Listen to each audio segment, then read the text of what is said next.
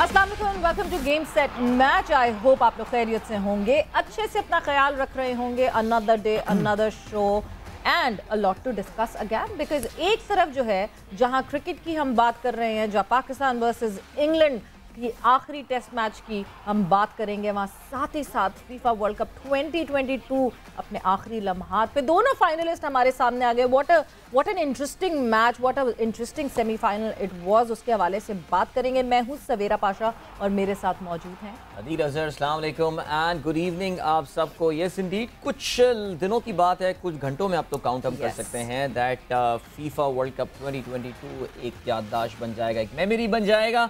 और उसके बाद फिर एक बार फिर से cricket will take the centre stage. Doesn't really mean कि क्रिकेट का हम जिक्र नहीं कर रहा है, बिकॉज थोड़ी देर बाद, बल्कि इनफैक्ट आई थिंक 5 बजे वॉज द ऑफिशियल टाइम जो PSL ड्राफ्ट की भी कहानी शुरू होने वाली है। सो PSL का भी जिक्र होगा, पाकिस्तान क्रिकेट का भी होगा, and of course we'll talk in length about the second semifinal. सनसनीखेज मुकाबला मोरक्को और फ्रांस के दरमियान हुआ, जिसकी तफसील हम सुनते हैं सवेरा से इन व्हाट्सएप एंड स्पोर्ट्स में। बिल्कुल जी। सो व्हाट्सएप एंड स्पोर्ट्स में सबसे पहले बात कर लेते हैं फीफा वर्ल्ड कप 2022, जिस तरह अदील ने बताया, और सेमीफाइनल जो कि कल खेला गया। If you look at the score 2-0, तो वो इतना जस्टिस नहीं करता, बिकॉज मैच जो है वो बड़ा सनसनीखेज और मज़ेदार मैच हुआ। मोरक्को ने आखिरी वक्त तक जो है वो ऐसे कि बिल्कुल हलक की हड्डी बन के अटका रहा फ्रांस के लिए। कभी भी लगता था गोल हो जाएगा, इतने चांसेस जो कि मिस किए, लग ऐसा रहा था कि हम बाहर बैठे हुए हैं स्क्रीन से और हम मिस कर रहे हैं चांसेस। खैर, जो खबर है वो आपको हम बताते चलते हैं। फीफा वर्ल्ड कप के दूसरे सेमीफाइनल में फ्रांस ने मराकश को 2 गोल से हराकर फाइनल में जगह बना ली है। फ्रांस की जानिब से 5वें मिनट में हर्नांडेज ने जो है वो गोल करके बर्तरी हासिल कर ली थी, एंड देन 79th मिनट में जो है वो कोलू मवानी ने जो है वो आए और छा गए। वो कहते हैं ना कि वो बस बेंच से उठ के फील्ड पे आए हैं और फील्ड पे आते ही उन्होंने जो है वो गोल कर दिया था। अर्जेंटीना और फ्रांस के दरमियान ये फीफा वर्ल्ड कप का फाइनल 18 दिसंबर को खेला जाएगा, जबकि तीसरी पोजीशन के लिए क्रोएशिया और मराकश की टीमें 17 दिसंबर को मद्दे मुकाबिल होंगी। पाकिस्तान और इंग्लैंड की टीमें तीसरे टेस्ट मैच के लिए कराची में भरपूर अपनी तैयारियां जारी रखे हुए हैं। दोनों टीमों के खिलाड़ियों ने बॉलिंग, बैटिंग और फील्डिंग तीनों शोबों की जो है वो मशक़ें की। ज़बरदस्त। कप्तान सरफराज अहमद जो है ख़ास तौर से लोगों की नज़रों का महवर थे, प्रैक्टिस करते हुए नज़र आ रहे थे बैटिंग पे बहुत ज़्यादा। This is Sarfaraz home ground, so you never know. वैसे भी Pakistan cricket is full of surprises. English खिलाड़ियों ने ऑप्शनल ट्रेनिंग सेशन किया। प्रैक्टिस के दौरान मैच की विकेट खिलाड़ियों की तवज्जो का मरकज़ भी रही। याद रहे जी, इंग्लैंड को इस सीरीज़ में ऑलरेडी 2-0 की फैसला कुन बर्तरी हासिल है। तीसरा टेस्ट मैच परसों यानी हफ्ते को national bank cricket arena Karachi में खेला जाएगा। बड़ी मुश्किल से ये नाम जो है वो ऊपर आएगा, बट यस, NBCA में जो है ये मुकाबला होगा और तैयारियां जोरों शोरों पे हैं। पिच की अभी तक अपडेट ज़्यादा आई नहीं है, मगर यस, वो अपडेट निकालने की हम बिल्कुल कोशिश कर रहे हैं। दूसरी तरफ यहीं कराची में जो है वो PSL 8 के प्लेयर्स ड्राफ्ट की तकरीब जो है वो अभी कुछ स्पीचेस वगैरह हो रही हैं, बट प्लेयर ड्राफ्ट की तकरीब जो है वो फिर शुरू हो जाएगी। तकरीब में PSL की टीमें मुल्की और गैर मुल्की खिलाड़ियों का इंतखाब करेंगे और 18 रुकनी स्क्वाड को मुकम्मल करेंगे। ड्राफ्ट में 517 गैर मुल्की और 491 पाकिस्तानी प्लेयर्स जो हैं वो दस्तयाब होंगे। PSL की टीमों के प्लेयर्स जो हैं उन्होंने ब्रांड एम्बेसडर, जो टीम्स हैं उन्होंने ब्रांड एम्बेसडर्स का भी जो है वो ऐलान कर दिया है, और उन ब्रांड एम्बेसडर्स में लाहौर कलंदर ने हारिस रऊफ को ब्रांड एम्बेसडर बनाया, तो कराची किंग्स ने मोहम्मद आमिर को अपना ब्रांड एम्बेसडर बनाया। कोयटा ग्लैडिएटर्स की तरफ से सरफराज अहमद जो है वो ब्रांड एम्बेसडर हैं। मुल्तान सुल्तान की तरफ से शाहनवाज धानी ब्रांड एम्बेसडर, जबकि इस्लामाबाद यूनाइटेड की तरफ से आसिफ अली ब्रांड एम्बेसडर मुकर्रर। Very interesting choices. बहरहाल जी, कभी हम समझेंगे कि इस ब्रांड एम्बेसडर की आखिर लॉजिक होती क्या है। लेकिन फिलहाल इंग्लैंड की सीरीज़ ख़त्म होते ही कुछ दिनों बाद पाकिस्तान की टीम मसरूफ़ हो जाएगी न्यूजीलैंड के दौरा है पाकिस्तान के हवाले से, और इसका पहला test match now we can say Boxing Day को होगा। 26 दिसंबर को कराची में ये टेस्ट मैच होना है। न्यूजीलैंड ने अपने 15 रुकनी स्क्वाड का ऐलान कर दिया है, और उसमें जो ब्रेकिंग न्यूज़ थी वो ये थी दैट केन विलियमसन, जो काफ़ी अर्से से उनकी टीम की क़यादत कर रहे हैं, वो रेड बॉल कप्तानी से दस्तबरदार हो गए हैं। He will be playing in Pakistan as a player. कप्तानी का जो ताज पहनाया गया है वो टिम साउदी को दिया गया, और टॉम लेथम जो हैं वो उनके सेकंड इन कमांड होंगे। हैरान कुन फैसला है, ज़ाहिर इस पर बात की जा सकती है केन विलियमसन, बिकॉज उनका ऐसा लगता ही है कि उनकी आई थिंक वाइट बॉल की उनकी फॉर्म इतनी अच्छी नहीं चल रही थी। टेस्ट में तो खैर वो क़यादत कर सकते थे, लेकिन बहरहाल जी याद रहे कीवी टीम के 2 इम्पॉर्टेंट खिलाड़ी इंजरी की सबब पाकिस्तान नहीं आएंगे। सैड फॉर पाकिस्तानी ऑडियंस के ट्रेंट बोल्ट और इसके अलावा काइल जेमिसन जो हैं वो इस स्क्वाड में शामिल नहीं हैं। उनकी जगह तजुर्बाकार स्पिनर इश सोदी और ग्लेन फिलिप को टीम में शामिल किया गया है। पहला टेस्ट एज आई सेड 26 से कराची में और दूसरा टेस्ट मैच 3 जनवरी से मुल्तान में खेला जाएगा। That's it for what's up in sports. बिल्कुल जी, और वो कहते हैं कभी कभार जो ब्लेसिंग इन डिस्गाइज हो जाती है, इस वो इस इन कंडीशंस को बहुत अच्छी तरह से यूटिलाइज करते हैं और इन कंडीशंस में बहुत अच्छे से खेल सकते हैं। मगर अभी इस टेस्ट में टाइम है, उससे पहले एक और मेजर टेस्ट है हमारा, that is the 3rd test of Pakistan versus England. आप सोच रहे होंगे मेजर टेस्ट मैं क्यों कह रही हूँ, बिकॉज सोचने को कहने को तो ये अब सीरीज इंग्लैंड अपने नाम कर चुकी, but there so many records that we need to save, because आज तक पाकिस्तान की सरजमीन पर क्लीन स्वीप नहीं किया है किसी भी टीम ने, विच मीन्स 3-0 करना बाबर 11 अफोर्ड नहीं कर सकती, because that would be a very big record against this setup and this team. Absolutely, I think इस टीम के लिए आई थिंक एक धचका तो होना है। हम क्रिकेट फैंस के लिए तो ज़ाहिर होगा ही होगा, अपने होम ग्राउंड पे कोई टीम आके आपको हरा देती है। और सवेरा जो एक और बात है वो ये है कि इंग्लैंड इस वक्त कोई दुनिया की टॉप, इस वक्त तक फिलहाल टॉप टेस्ट टीम है नहीं जी। ये काफ़ी रैंकिंग में अगर आप देखेंगे तो नीचे लाए करते हैं। काफ़ी अर्से पहले ये टेस्ट टीम की दौड़, टेस्ट फाइनल की दौड़ से भी ये बाहर हो चुके थे, लेकिन बहरहाल एक जैसे कहते हैं ना, एक बहुत ज़बरदस्त उनके लिए कामयाबी होगी। उनके नए कोच गालबन अभी तक तो अपनी सबसे बड़ी फतह इसको मानेंगे जब से उन्होंने चार्ज संभाला है। बेन स्टोक बहैसियत कप्तान, उनके लिए this will be a feather on the cap. Pakistan को होम ग्राउंड पे क्लीन स्वीप कर देना और पाकिस्तान के लिए ज़ाहिर है अब बचने का है सामान, इसलिए इस पूरे कॉन्टेक्स्ट में ये सीरीज़ बड़ी इंपॉर्टेंट हो जाती है। अगर खुदा ना खास्ता ये इंसिडेंट वाकई हो जाता है, खैर ऑलरेडी हम टेस्ट सीरीज़ हार चुके हैं, हादसा तो पहले ही हो चुका है, लेकिन क्लीन स्वीप होना ये एक बड़ी एम्बैरेसिंग बात होने वाली है। और अगर इसके बावजूद भी हम नहीं जागेंगे तो फिर कब जागेंगे सवेरा, कैसे जागेंगे? एग्जैक्टली, कब जागेंगे, कैसे जागेंगे? और मज़े की बात यह है कि अभी तक लोग इस उम्मीद में हैं कि कोई ना कोई कुदरत का निज़ाम हो और हम वर्ल्ड टेस्ट चैम्पियनशिप का फाइनल खेल लें, तो बहुत मुश्किल, it is nearly impossible, but then nothing is impossible until वो नहीं हो पाती। तो इसलिए आप उसको बिल्कुल इम्पॉसिबल आउटराइट कह नहीं सकते। कौन सी टीम्स ड्रॉ करेंगी, इंडिया जो है वो बांग्लादेश को हरा दे, there is a lot of हाँ, बहुत सारी कैलकुलेशन है जो कि जिसका शायद बैठ के आप इंतजार कर सकते हैं। But with this performance I think कि बहुत मुश्किल है कि पाकिस्तान वर्ल्ड टेस्ट चैंपियनशिप का फाइनल एक तो हिस्सा बने और उसके बाद फिर खेले वो। सो डेफिनेटली ये सोचना पड़ेगा। बट आज जो है इमामुल हक ने प्रेस कॉन्फ्रेंस की,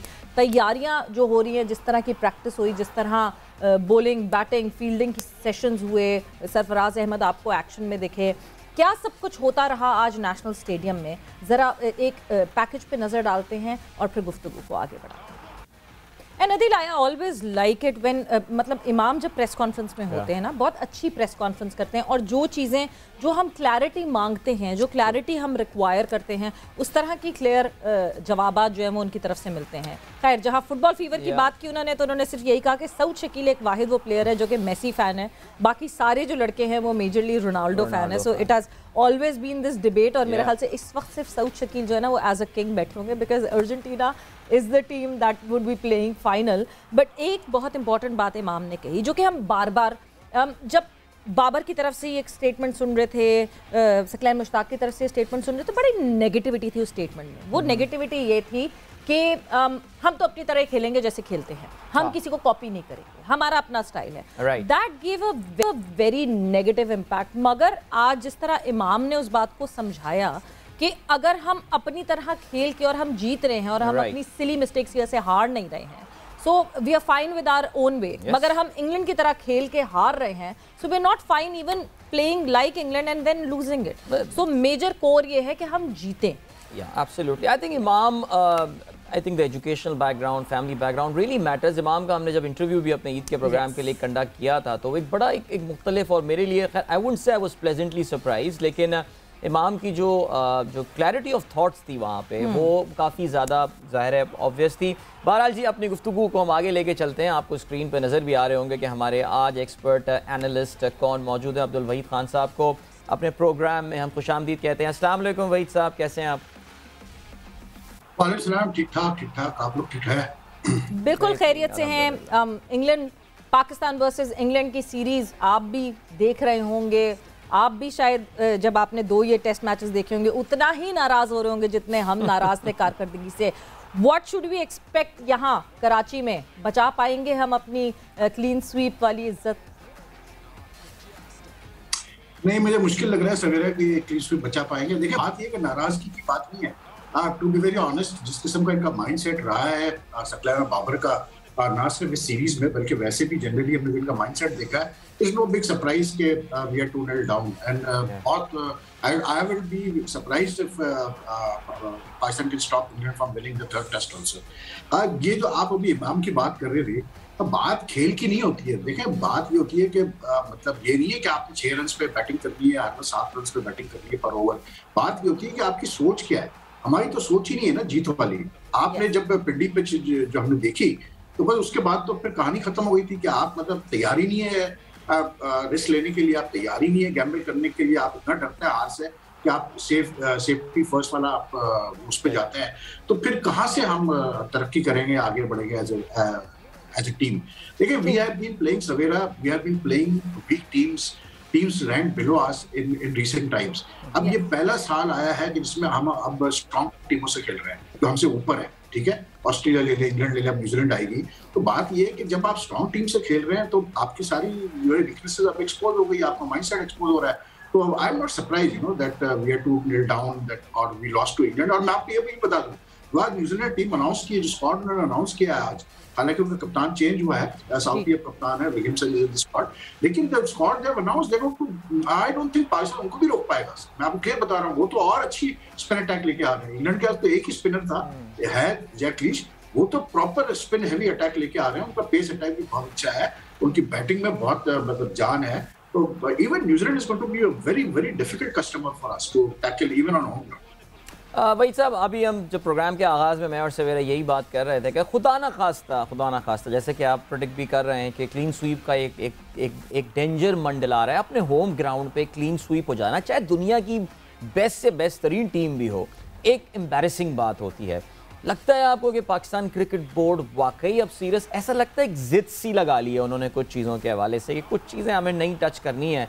हम लग रहा था वर्ल्ड कप के बाद कम से कम टीम के थिंक टैंक में कुछ तब्दीली होगी, कुछ ड्रेसिंग रूम वगैरह में तब्दीली आएगी, कोचिंग स्टाफ एंड ऑल, वही चीज़ मेंटेन और उसी को जारी रखा जा रहा है। So what would it take Wahid साहब कि कुछ माइंडसेट तब्दील हो? Do you think 3-0 whitewash in Pakistan change कर सकता है इसको? नो यार, टू बी वेरी ऑनेस्ट, कि मतलब इनकी सोच का ये असल में इनका इतना फोकस है T20 क्रिकेट पे कि ये फिर वही आप कहानियां सुनते हैं कि हमने वर्ल्ड कप का फाइनल खेला, हमने एशिया कप का फाइनल खेला, तो they are so focused on T20 cricket that I don't think they take test cricket that seriously also. लेकिन बात वही है कि देखें, सिंपल सी बात है, आप मुझे बताएं कि आपकी क्या प्लानिंग रही है यार इस मैनेजमेंट की? मतलब आपको जब यही नहीं पता था कि इंग्लैंड आ रही है और आपने क्या बॉलिंग अटैक खिलाना है, आपको पता था शाहिन शाह फिट नहीं है, ठीक है ना, कोई ऐसी बात नहीं थी जो आपको एकदम से मतलब सेटबैक हुआ हो, तो आपको यानी कि ये तक नहीं पता, आपके चीफ सेलेक्टर को ही नहीं पता, आपके कोच को ये नहीं पता, आपके बाबर मतलब कप्तान को ये नहीं पता कि कौन से वो बॉलर्स हैं जो आपको टेस्ट में काम आएंगे, ठीक है? What did you do? आपने सिंपल सा ऑप्शन इस्तेमाल किया कि हारिस रऊफ और मोहम्मद वसीम जूनियर को डाल दो टीम में। चले, नसीम शाह तो बनता है बिल्कुल, लेकिन यार आप क्या फिर सोच रहे हो? अगर आप वही T20 के बॉलर्स को भी आप मतलब विदाउट आपको पता नहीं कि वो बैर कर पाएंगे या नहीं कर पाएंगे, जो कैसे बोलते हैं, जो मेहनत होती है टेस्ट में, जो टेस्ट के जो प्रेशर होता है, आपने वही T20 के बॉलर आपने डाल दी स्क्वाड में ही। मतलब क्या ऐसा आपने कुछ डिफरेंट किया है? मुझे आप बता रहे हैं। आप देखें, इंग्लैंड की टीम T20 वर्ल्ड कप जीत के आई है ना, मार्क वुड एक वाहिद बॉलर है जो कि T20 वर्ल्ड कप में खेला, बाकी they have different bowlers for test teams. मतलब एंडरसन आया उनका, ओली रॉबिन्सन आया है उनका, वो जो दूसरा जो नहीं खेला अभी तक वो है, जैक लीश आया उनका। मतलब वही साहब कथा कलामी की माफ़ी, मगर रमीश राजा आपकी बात से बिल्कुल अग्री नहीं करेंगे, बिकॉज रमीश राजा तो ये कहते हैं कि नहीं जी इंग्लैंड तो T20 के प्लेयर्स को खिला रही है टेस्ट में, और मैंने भी बाबर से कह दिया है कि अब से T20 के प्लेयर्स जो हैं वो टेस्ट के लिए सिलेक्ट किए जाएंगे। उन्होंने माइक आथरटन से बात करते हुए उन्होंने ये बात कही है। नहीं, देखिए बात यह है कि T20 प्लेयर्स वो खिला रहे हैं, उनको ग्रूम करने के बाद ना हैरी ब्रूक को एकदम से थोड़ी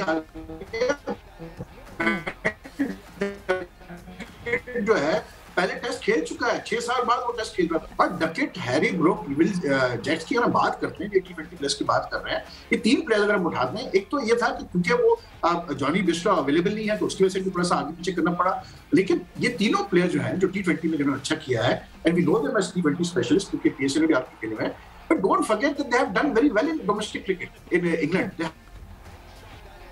बिल्कुल, और वो अपनी लोकल काउंटी से हैरी ब्रूक भी जब आए थे तो उनके काउंटी के रिकॉर्ड्स थे उनकी बैटिंग आपके बैटिंग की नहीं है बात, सवेरे ये कि आपके बॉलिंग नहीं है ना 20 विकेट लेने वाली, असल मसला ये है किधर से वो बॉलिंग लाएंगे मुझे बताया ना आप। यू हैव नो प्लानिंग यार, आप जायद नमूद को 1 साल 1.5 साल से आप लेके साथ घूम रहे हैं, किस लिए भाई?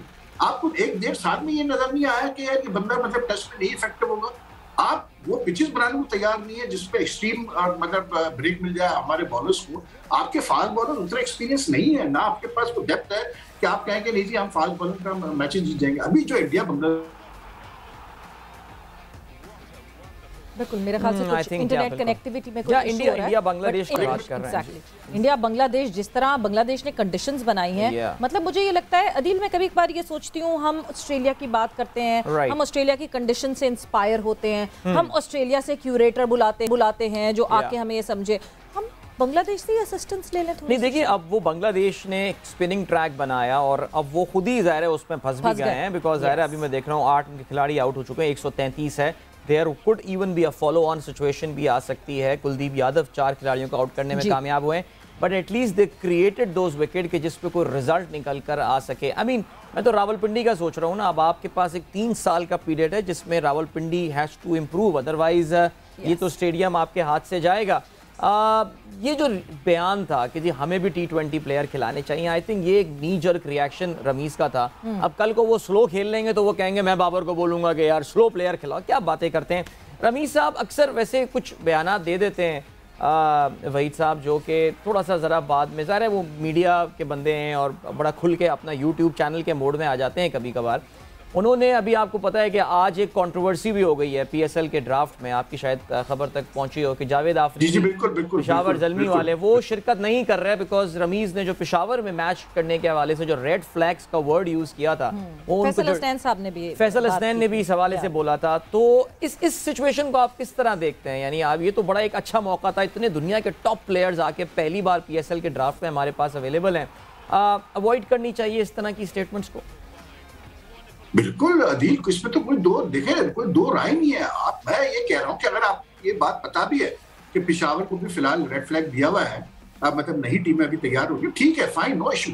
आपसे कोई सवाल हुआ भी, आप सिंपल से उसको जवाब दे सकते थे कि भाई पेशावर में स्टेडियम्स रिनोवेट हो रहे हैं, हम पहले वहाँ PSL के मैचेस कराएंगे, उसके बाद फिर हम इंटरनेशनल मैच का सोचेंगे। Why do you have to say, I mean to international media कि जी वो वहां पर पेशावर में रेड फ्लैग है और वो सिक्योरिटी के मसले इसलिए अभी वहां मैचेस नहीं हो सकते। मतलब मुझे नहीं समझ में आया। अच्छा, फैसल हसनैन जो है ये नजर ही नहीं आते कहीं, मतलब आप देखें 1 साल हो गया उस बंदे को, मतलब CEO बने हुए हैं।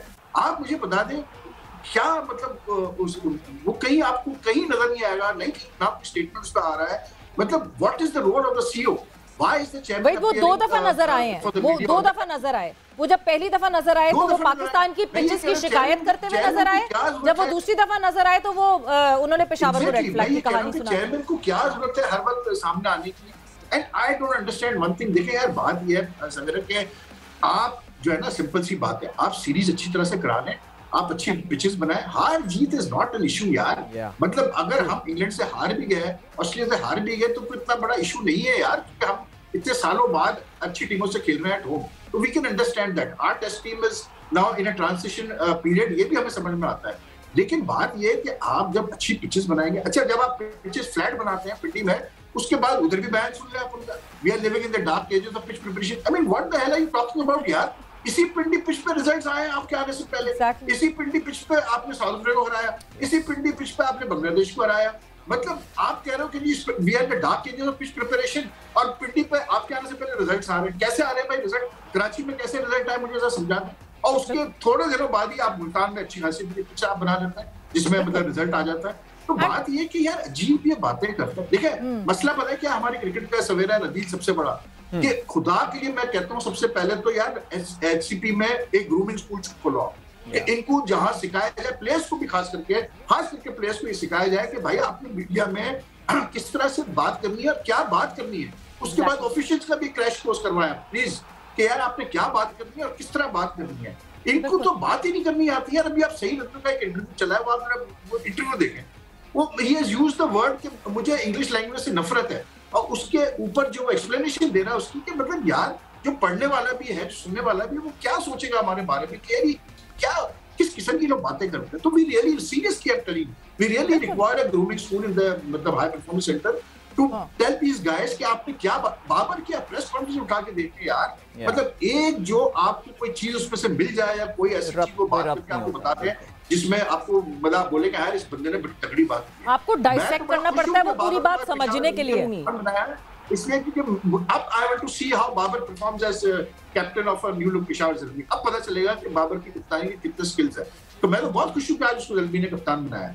बिल्कुल मुझे तो वही मुझे ये लगता है कि कहीं ब्लेसिंग इन डिस्गाइज ये हो जाए और डैरन सैमी जो हैं वो बाबर को सिखा दें कि कैसे दिलेरी से कैप्टनसी करनी है और कैसे जो है आप डट के कैप्टनसी कर सकते हैं। मगर जहां आपने रमीश राजा साहब की बात की, हमेशा रमीश राजा साहब ये बात करते हैं let's make good headlines. Pakistan team अच्छा खेलेगी तो हेडलाइंस अच्छी बनेगी, बट फिर आप ही वो बैड हेडलाइंस की जो है वो पूरा मैटर दे देते हैं कि वो गुड हेडलाइंस तो कहीं गायब भी हो जाती हैं। It's all about what you से एंड और जो आप कह गुजरते हैं एकदम से। सो यस ये मसला तो मुसलसल आ रहा है। बिल्कुल आ रहा है सवेरा। देखिए अभी जो ये जय शाह का स्टेटमेंट आया था अबाउट द एशिया कप, बिल्कुल फजूल स्टेटमेंट था, सही रिएक्ट किया बिल्कुल पाकिस्तान क्रिकेट बोर्ड ने इसके ऊपर 100% 200% सपोर्ट। लेकिन अगेन मैं वही बात कर रहा हूँ कि अब आप हर इंटरव्यू में वही बात कर रहे हो यार, वही चीज आप मतलब बार बार बोले जा रहे हो। भाई अगर आपके पास कोई प्लान है, if you are seriously thinking of boycotting next year world cup in India, fine, कोई ऐसा इशू नहीं, पूरी कौम आपके साथ होगी अगर आपने ऐसा किया। क्योंकि अगर इंडिया के पास कोई वैलिड रीजन नहीं है कि वो पाकिस्तान आपके एशिया कप ना खेले, ये तो इसमें कोई दो राय नहीं है, ठीक है ना। गिव आफ्टर द फैक्ट कि आप बड़ी टीम आपकी खेल रही है पाकिस्तान में, किसी को इशू हो रहा है, तो देयर इज नो रीजन कि अगर हमारी गवर्नमेंट उनको सिक्योरिटी एश्योरेंसेस देती है कि वो टीम ना भेजे खेलने के लिए, ठीक। लेकिन अगर आपके जहन में ये है, हम भी अग्री करते हैं कि इंडिया ज्यादती कर रहा है, इस पर बीसीसीआई ज्यादती कर रहा है as far as cricket relation with Pakistan are concern, cricket relation. लेकिन यार आप बार बार क्यों वो चीज रिपीट किए जा रहे हो? मेरा कहना है कि आप बार बार एक ही बात आप किए जा रहे हो। भाई यू सेड वंस, उसके बाद कॉन्फ्रेंस रूम्स में, मीटिंग्स में जो आपने करना आप करें यार, आपको सब बैक करेंगे। अपनी ही स्टेटमेंट को तो नलिफाई कर दिया रमीश राजा ने, फिर अपनी स्टेटमेंट को ये नलिफाई कर दिया कि पाकिस्तान क्रिकेट बोर्ड खुद बीसीसीआई से कुछ नहीं कहना चाहता, ये तो पाकिस्तानी फैंस चाहते हैं, इस वजह से पाकिस्तान क्रिकेट बोर्ड ये कर रहा है, वरना पाकिस्तान क्रिकेट बोर्ड तो बीसीसीआई से कुछ नहीं कहना। मैं यही तो बात कर रहा हूँ कि यार आप इनकी बात सुने और फिर मतलब you are just left in a daze कि यार इनको हो क्या गया है, ये क्या बातें कर, मतलब इन्होंने खुद अपने लिए कंफ्यूजन क्रिएट किया हुआ है क्रिकेट में, बदल इन्होंने क्रिएट किया हुआ है क्रिकेट में। अजीब फिर इनके स्टेटमेंट्स आते हैं, खुद ये कॉन्ट्रडिक्शंस इशू कर रहे होते हैं। सिलेक्शन में इनको समझ में नहीं आ रहा होता कि किसको खिलाए किसको ना खिलाए। मतलब आप सिलेक्शन देख लें इनकी, जो मतलब पहले टेस्ट की थी, जो सेकंड टेस्ट की थी, तो देन यू जस्ट वंडर कि यार ये कौन लोग हैं जो हमारी क्रिकेट चला रहे हैं और क्या ये इस काबिल है कि हमारी क्रिकेट चला सकते हैं? क्योंकि इस तरह तो क्रिकेट नहीं चलती जिस तरह ये चला रहे हैं यार। मतलब जो इनके पास, मतलब आप बातें सुने सकलेना बाबर की कि जी शाह को नहीं खिलाया, और उसको क्यों नहीं खिलाया अबरार को पहले टेस्ट में, तो जी वो इसलिए हमने नहीं खिलाया क्योंकि हम लाइन ब्रेक नहीं करना चाहते थे, और हम जो है वो मतलब क्योंकि जाहिद महमूद साथ घूम रहा है टीम के, तो दोनों नेट्स में अच्छी बॉलिंग। यार ये क्या बातें कर रहे हो, लाइन नहीं ब्रेक करना चाह रहे थे। ये नशे टीम है, you will always look at that, you will give preference to that priority जो कि आपको मैचेस जिताएगा। तो अबरार क्यों नहीं खेला भाई, मुझे बता दो पहले टेस्ट में किस चीज का वेट कर रहे थे? और उसके बाद फिर हालत ये है कि जाहिद महमूद को आपने खिलाया, और उसके बाद हालत ये कि सेकंड इनिंग्स में आप कप्तान कॉन्फिडेंस नहीं था उसकी बॉलिंग पे कि उसको वो मतलब बॉलिंग देता है, डर के उसको bowling the. And you know Savera you said कि शायद ब्लेसिंग इन डिस्गाइज और डैरेन समीस को मतलब दिलेरी से खेलना सिखा दे। भाई दिलेरी से खेलना, कप्तानी करना कोई सिखा नहीं सकता आपको। ये आपके इनबिल्ट होता है, ये आपके इनग्रेन्ड होता है, ये आपके कैरेक्टर में होता है। अनफॉर्चुनेटली हमारे जितने भी अभी कप्तान लोग आए हैं रिसेंट, मिसबा वगैरह, इनके अंदर ये चीज है ही नहीं। तो इसलिए हम ये प्रॉब्लम फेस कर रहे हैं। आप अपनी हिस्ट्री उठा के देख लेना कि आपके जो कप्तान गुजरे हैं, चाहे वो तारदार साहब स्टार्ट करें या मुश्ताक मोहम्मद ले, इमरान खान ले, जावेद मियां ले, वसीम अकरम ले, इंजमाम ले, ये सारे आपके अच्छे कप्तान थे जो बड़े एग्रेसिव कप्तान थे। Why were they successful as captains? Because they were aggressive captains. They wanted results.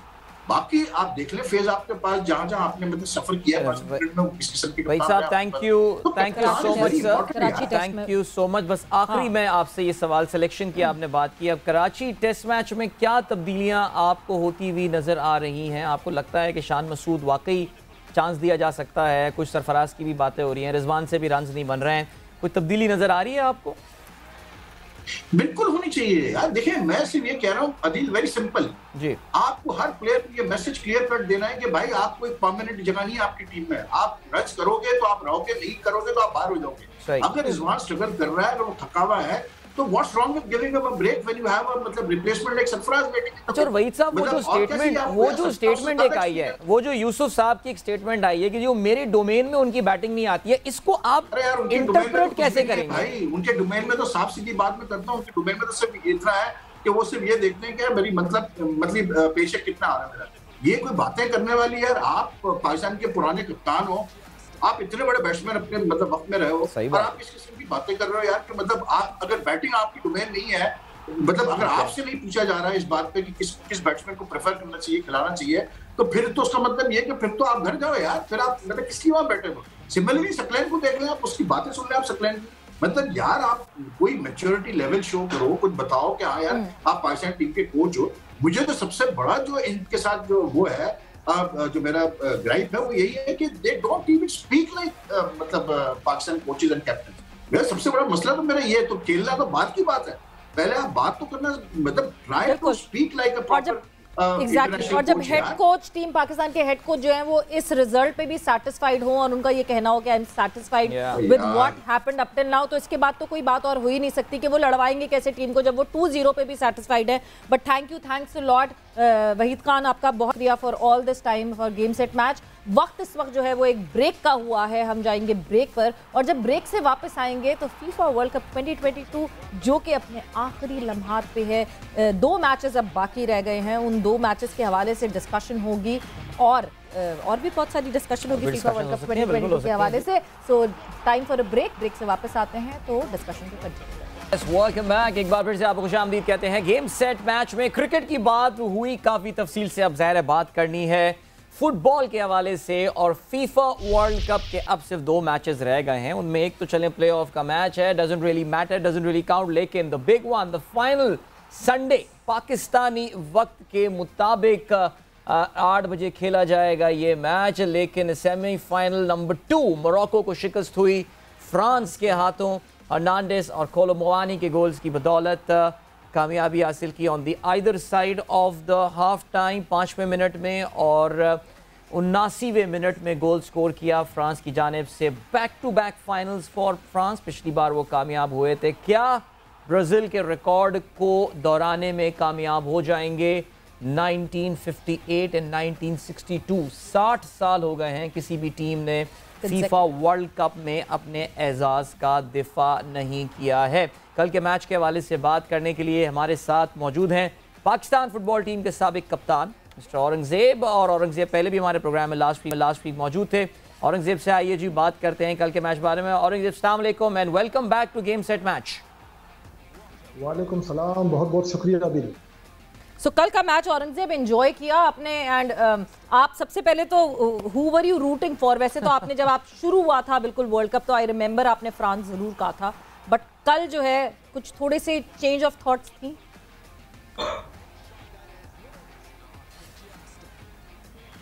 मेरे ख्याल से आवाज उनको नहीं आ रही है जी। वर्ल्ड कप देखिए शुरू हुआ था, जो दुनिया भर के जो माहिरीन हैं जो वर्ल्ड कप को एनालाइज कर रहे हैं, दुनिया भर के मैचेस को एनालाइज करते हैं, premier league, Spanish La Liga को एनालाइज करते हैं, उनके पॉइंट ऑफ व्यू से मैंने सीधे सारे सामने रख कर कहा था कि ब्राज़ील के बाद अर्जेंटीना इस वर्ल्ड कप की फेवरेट टीम है और 3rd टीम और 4th team respectively Germany, France और इंग्लैंड की टीमों को फेवरेट करार दिया जा रहा था। तो 2 फेवरेट वर्ल्ड कप के फाइनल में पहुंच गए हैं। बातें हो रही थी मराकश और क्रोएशिया की टीमों के दरमियान, जैसे कि मैंने आपके प्रोग्राम में शायद इंडिकेट किया था कि इन टीमों का सफर सेमीफाइनल तक होता है, वो भी इनके एक्सपेक्टेशन से बियॉन्ड होता है। मराकश की टीम आपने देखा पूरे वर्ल्ड कप में इन्होंने अनबीटन रहे, लेकिन उन हालात में उन्होंने उन सिचुएशन में कभी नहीं एक गोल डाउन कभी नहीं खेला उन्होंने कोई भी मैच। कल 5 मिनट में फ्रांस ने लीड हासिल किया, जिसकी वजह से उन्हें काफी परेशानी का सामना करना पड़ा, लेकिन क्रेडिट दूंगा मराकश की टीम को, उन्होंने मैच काफी हद तक डोमिनेट किया और उनको चांसेस भी मिले, लेकिन उनके पास वो कैरेक्टर नहीं थे जिसको वो कैपिटलाइज करते थे फ्रांस के अगेंस्ट।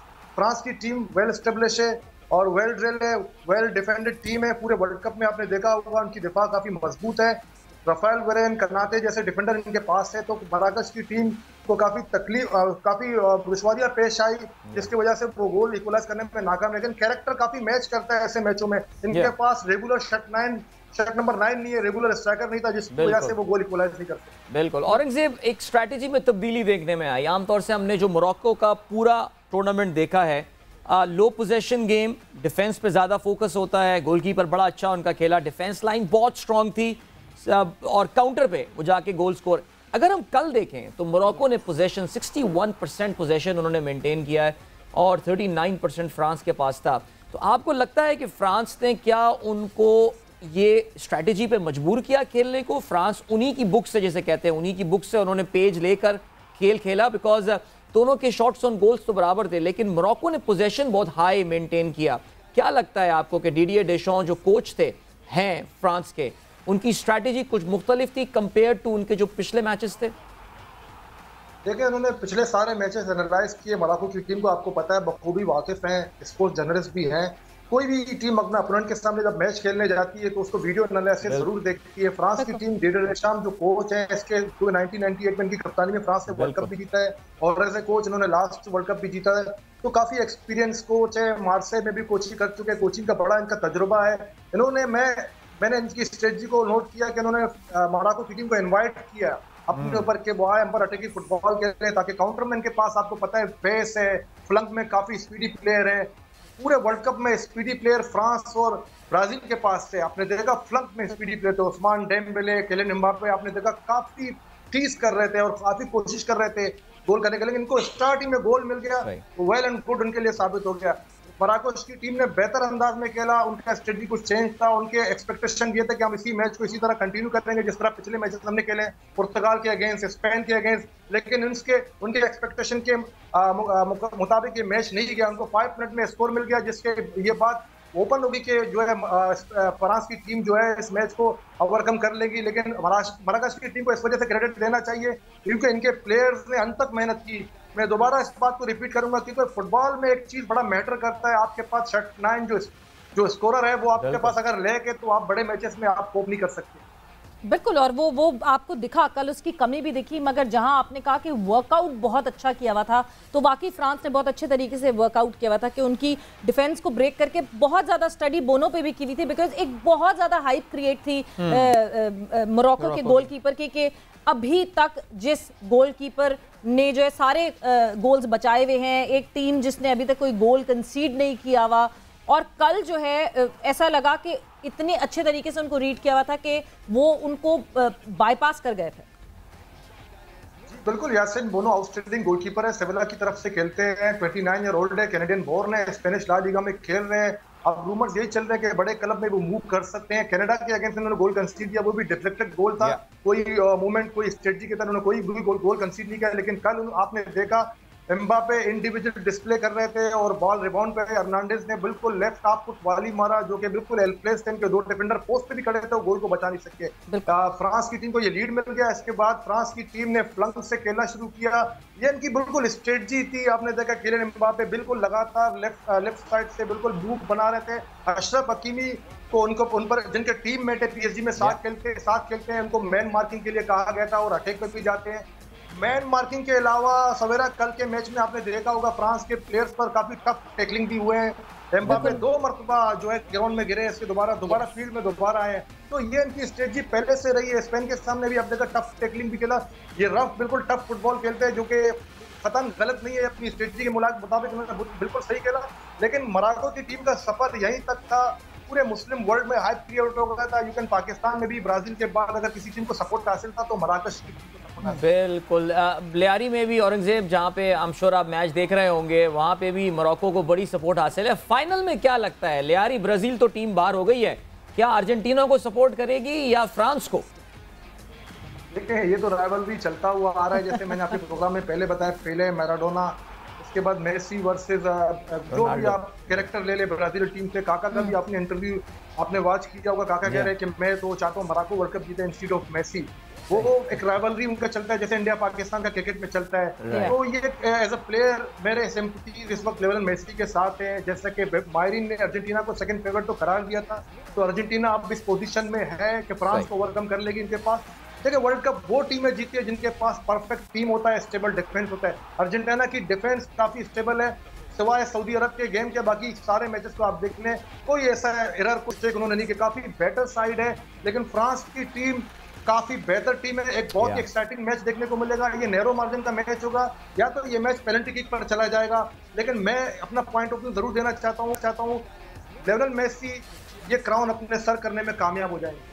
बिल्कुल जी, ये सबसे बड़ा ये वो है, एक सवाल है कि क्या, बट औरंगजेब बहुत बहुत शुक्रिया आपका for being here on game set match. क्या चैंपियन फ्रांस जो है वो एक मतलब एक वो टीम, एक वो फोर्स बन जाएगी ब्राजील के बाद के वो अपने टाइटल को डिफेंड कर पाएंगे कि नहीं कर पाएंगे, या फिर मेसी जो है वो अपना आखिरी ये जो फीचर है वर्ल्ड कप का, क्या उस वक्त कप उठा सकेंगे कि नहीं उठा सकेंगे? दोनों तरफ बहुत ज्यादा एट स्टेक होगा। Exactly. अच्छा जी, जल्दी से बताया चले, पीएसएल का ड्राफ्ट जो है वो भी शुरू हो चुका है। खिजर हमारे साथ इस वक्त लाइन पे मौजूद है। वक्त का में मुकाबला सख्त है। खिजर, अब तक की क्या अपडेट है? जी बिल्कुल, पाकिस्तान सुपर लीग 8 के ड्राफ्टिंग के लिए तमामी टीमों की जो फ्रेंचाइज के मालिकान हैं या फिर जो उनके कैप्टन हैं, ऑफिशियल हैं, वो यहाँ पहुंच चुके हैं। कराची में इस बार पहली बार ड्राफ्टिंग हो रही है। 18 रुकनी स्क्वाड मुकम्मल करना है। एक अंदाजे के मुताबिक 517 गैर मुल्की और 491 पाकिस्तानी प्लेयर रजिस्टर्ड हुए हैं। और यहाँ पर ये बताते चलें कि इस बार अब से कुछ देर कबल पाकिस्तान सुपर लीग की ड्राफ्टिंग का बाकायदा आगाज कर दिया गया है। और इस बार हैशटैग है सोच है आपकी, तो इस हैशटैग के साथ पाकिस्तान सुपर लीग का ये मेला सजेगा मुल्क भर के मुख्तलिफ शहरों में। और मुख्तलिफ क्रिकेटर्स यहाँ पे और क्रिकेट ऑफिशियल्स यहाँ पे पहुंचने शुरू हो गए। चेयरमैन पीसीबी पहुंचे हैं, इसके अलावा शाहीन शाह आफरीदी यहाँ पहुंचे हैं, सरफराज अहमद, मोहम्मद रिजवान। ग्रेट खिजर, जबरदस्त सोच है आपकी, क्या बात है। और मैं देखा था लाहौर कलंदर ने अभी ट्वीट किया, they have made a style statement, all black उनके खिलाड़ी, मेन इन ब्लैक में आए हुए ओनर्स और खिलाड़ी। बहरहाल जी, सवेरा और अदील को इजाजत दीजिए, इंशाल्लाह कल आप लोगों से होगी मुलाकात। Till then good bye, God bless and अल्लाह हाफिज।